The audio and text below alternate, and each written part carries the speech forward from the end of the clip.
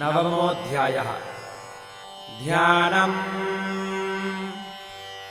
ॐ बन्धूककाञ्चनिभम् रुचिराक्षमालाम् पाशाङ्कुशौचवरदाम् निजबाहुदण्डैः बिभ्राणबिन्दुशकलाभरणम् त्रिनेत्रम् अर्धाम्बिकेशमनिशम् वपुराश्रयामि। ॐ राजोवाच विचित्रमिदमाख्यातम् भगवन् भवता मम देव्याश्चरितमाहात्म्यम् रक्तबीजवधाश्रितम् भूयश्चेच्छाम्यहम् श्रोतुम् रक्तबीजे निपातिते। चकार शुम्भो यत्कर्म निशुम्भश्चातिकोपनः ऋषिरुवाच चकारकोपमतुलम् रक्तबीजे निपातिते। शुम्भासुरो निशुम्भश्च हतेष्वन्येषु चाहवे हन्यमानम् महासैन्यम् विलोक्यामर्षमुद्वहन् अभ्यधावन्निशुम्भोत मुख्यया सुरसेनया तस्याग्रतस्तथा पृष्ठे पार्श्वयोश्च महासुराः सन्दष्टौष्टपुटाः क्रुद्धा हन्तुम् देवीमुपाययुः।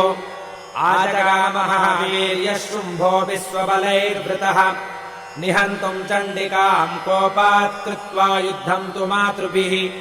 ततो युद्धमतीवासीद्देव्या शुम्भनिशुम्भयोः शरवर्षमतीवोग्रम् मेघयोरिव वर्षतोः चिच्छेदास्ताञ्छरांस्ताभ्याम् चण्डिका स्वशरोत्करैः ताडयामास चाङ्गेषु शस्त्रोघैरसुरेश्वरौ।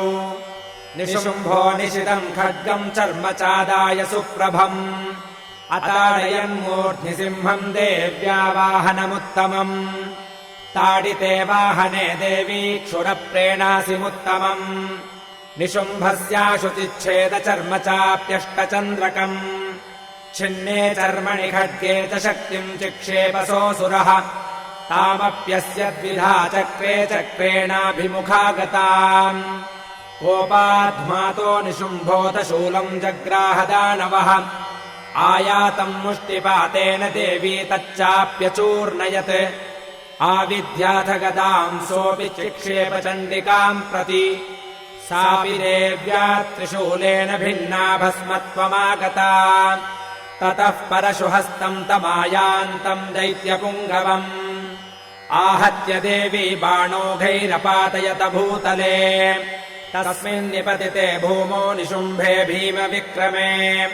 भ्रातर्यतीव सङ्क्रुद्धः प्रययौ हन्तुमम्बिकाम् सररतस्तस्तथात्युच्चैर्गृहीत परमायुधैः भुजैरष्टाभिरतुलैर्व्याप्याशेषम् बभौ नभः तमायान्तम् समालोक्य देवी शङ्खमवादयत् ज्याशब्दम् चापि धनुषश्चकारातीव दुःसहम् पूरयामास ककुभो निजघण्टास्वनेन च समस्तदैत्यसैन्यानाम् तेजोवधविधायिना।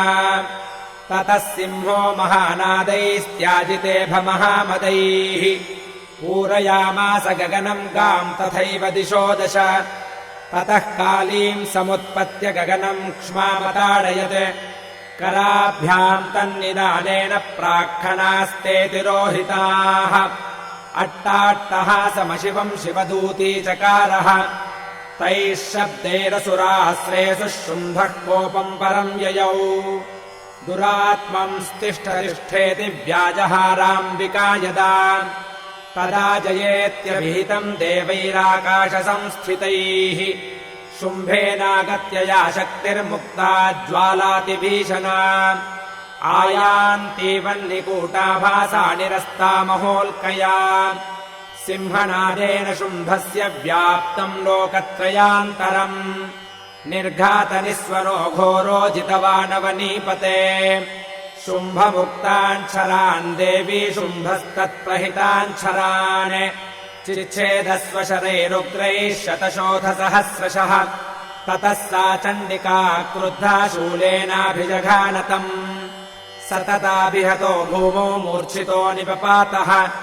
ततो निशुम्भः सम्प्राप्य चेतनामात्तकार्मुकः आजघानशरैर्देवीम् कालीम् केसरिणम् तथा पुनश्च कृत्वा बाहूनामयुतम् दनुजेश्वरः चक्रायुधेन दियश्छादयामास चण्डिकाम् ततो भगवती क्रुद्धा दुर्गा दुर्गार्तिनाशिनी चिच्छेदतानि चक्राणि स्वशरैः सायकांश्च तान् ततो निशुम्भो वेगेन गदामादाय चण्डिकाम् अभ्यधावत वै हन्तुम् दैत्यसेना समावृतः तस्यापतत एवाशु गदाम् चिच्छेद चण्डिका खड्गेन शितधारेण स च शूलम् समाददे शूलहस्तम् समायान्तम् निशुम्भममरार्दनम् हृदि विव्याधशूलेन वेगाविद्धेन चण्डिका भिन्नस्य तस्य शूलेन हृदयान्निःसृतोपरः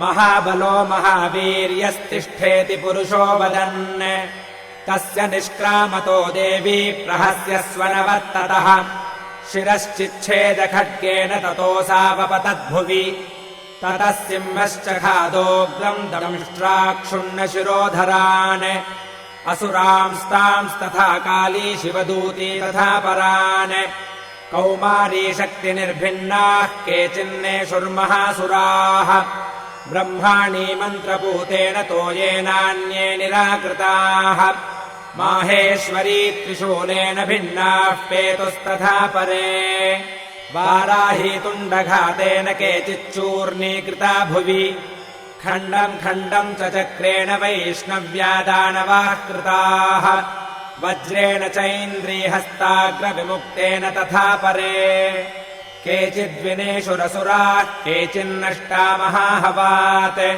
भक्षिताश्चापरे काली शिवदूती मृगाधिपैः ॐ इति श्रीमार्कण्डेयपुराणे सावर्णिके मन्वन्तरे देवी माहात्म्ये निशुम्भवधो नाम 9मोऽध्यायः।